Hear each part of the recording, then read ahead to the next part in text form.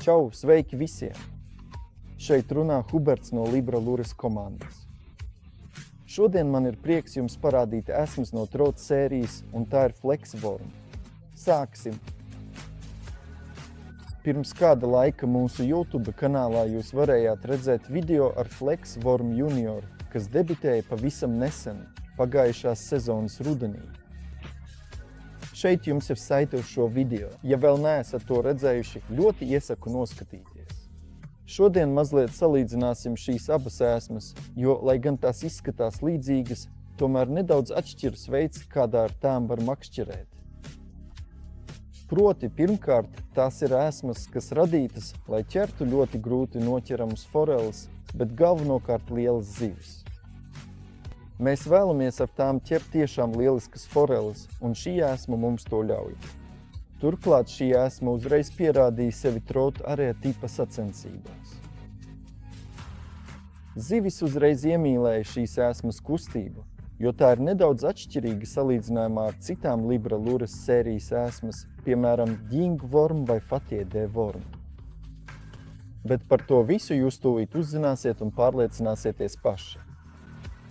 Flexa, kā ierasts, atradīsiet mūsu uzticamajos burciņos. Pieejami ir divi izmēri – 95 mm un 65 mm. Šim nosaukumam klāt pievienots arī vārds junior, lai jūs bez problēmām varētu atšķirt, kurš ir kurš. Mazākais 65 mm izmērs burciņā piedāvā pat 15 mānekļus. Savukārt 95 mm izmērs 10 gumijas mānekļus. Šie mānekļi ir diezgan neparasti. Tūlīt redzēsiet šo mānekļu tūplānu un pamanīsiet kādu detaļu, kas padara šo mānekli neticami efektīvu. Un te nu man ir Flexworm Junior. Bet šeit jau esmu sagatavojis jums Flexworm 95 mm variantu. Kā redzams, atšķirība ir redzama ar neapbruņotu aci, taču, neskatoties uz izmēra maiņu, šiem mānekļiem ir viena kopīga iezīme. Galvenokārt runa ir par šo asti. Ieskatieties! Tagad es turu mānekli taisni, un šajā augstumā šī aste ir nopaļota. Tas nozīmē, ka brīdī, kad mēs vadām šādu mānekli ar viegliem spinninga rāvieniem, aste iztaisnojas un saliecas. Iztaisnojas un saliecas. Un patiesībā, lai gan šis māneklis ir veseli 95 mm garš, jāatzīst, ka, pateicoties šeit īpaši izveidotajai astei, tas faktiski ir īsāks. Īsāks par norādīto izmēru. Tātad, ja es to iztaisnotu šādi, tad tiešām tā būtu 95 mm gara. Kad tā brīvi karājas vai guļ kaut kur, tad šis izmērs jau ir krietni īsāks.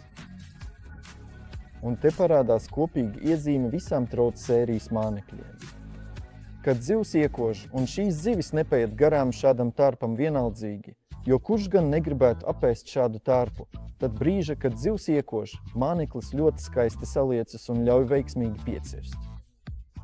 Lai gan mēs šeit atkal neizmantojam garus āķus, lai vienkārši nepadarītu šo mānekli pārāk stīvu. Jo dabiskāka ir mānekļa kustība, jo labāka rezultāti pie ūdens. Pieredzējušāki makšķernieki to zina. Tie, kas tikai sāk mēģināt ķert foreles, ziniet, ka šeit nav nepieciešams izmantot āķi, kas aizņem pusi no mānekļa garuma, jo tādā veidā mēs vienkārši sabojāsim tā kustību. Tūlīt jūs redzēsiet ne tikai šī mānekļa kustību ūdenī, bet arī parādīšu jums savu visvienkāršāko šī mānekļa apbruņošanas veidu. Bet paskatieties sākumā, cik neticami elastīga tā ir, un kas ir forši, es to izstiepu, manuprāt, mierīgi vairāk nekā 30 cm, un tā pilnīgi neskart atgriezās savā sākotnējā formā. Pateicoties tam, šis māneklis mums kalpos daudzu zivju noķeršanai.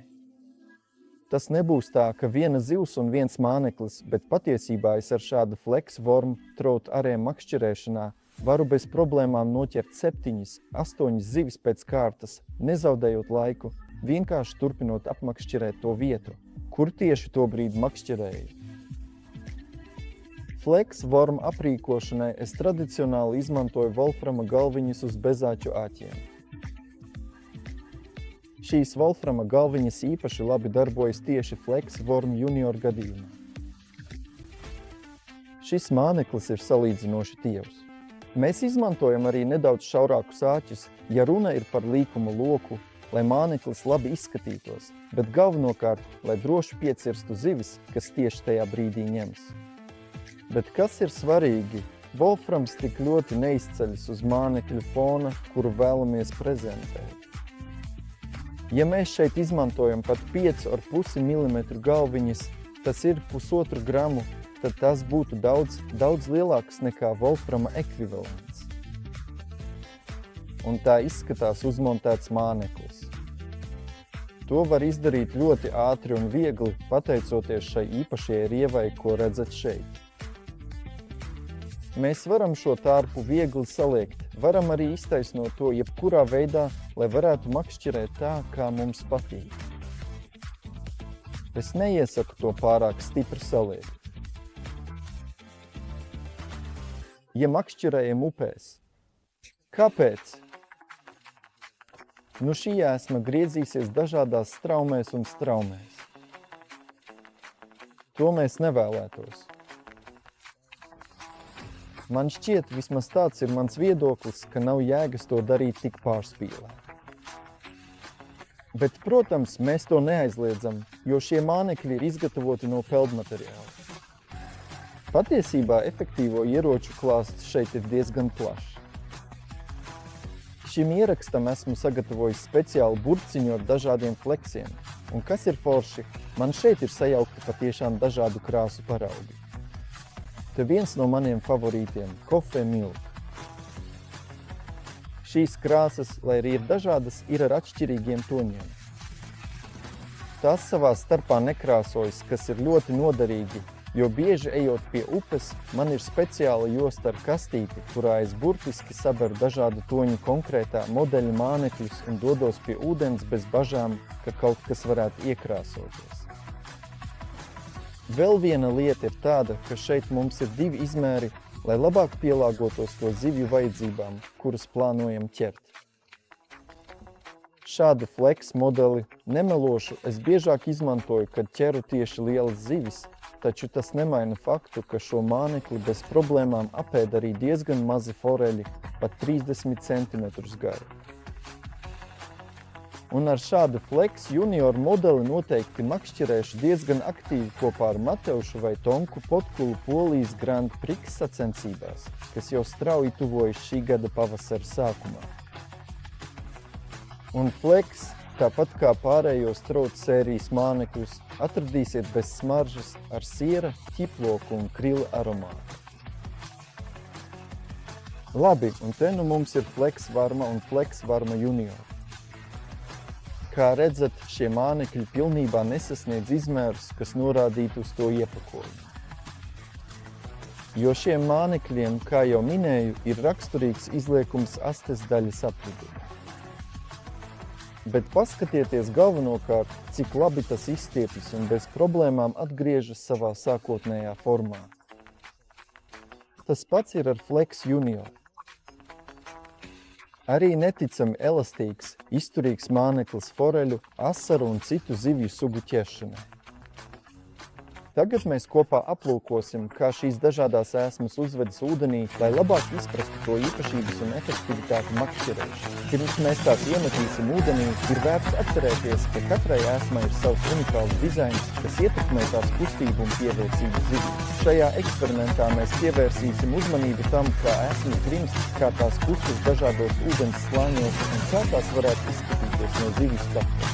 Mēs arī novērosim, vai ēsmas rada kādas īpašas vibrācijas vai atspīdumus, kas varētu piesaistīt zivis. Šī demonstrācija palīdzēs mums saprast, kā izvēlēties piemērotāko ēsmas veidu dažādiem apstākļiem un kā tās vislabāk izmantot, lai palielinātu izredzes uz veiksmīgu jomu. Tātad pievērsīsim uzmanību un vērosim, kā šīs ēsmas uzvedas ūdenī, lai gūtu vērtīgas atziņas nākamajām makšķerēšanas reizēm.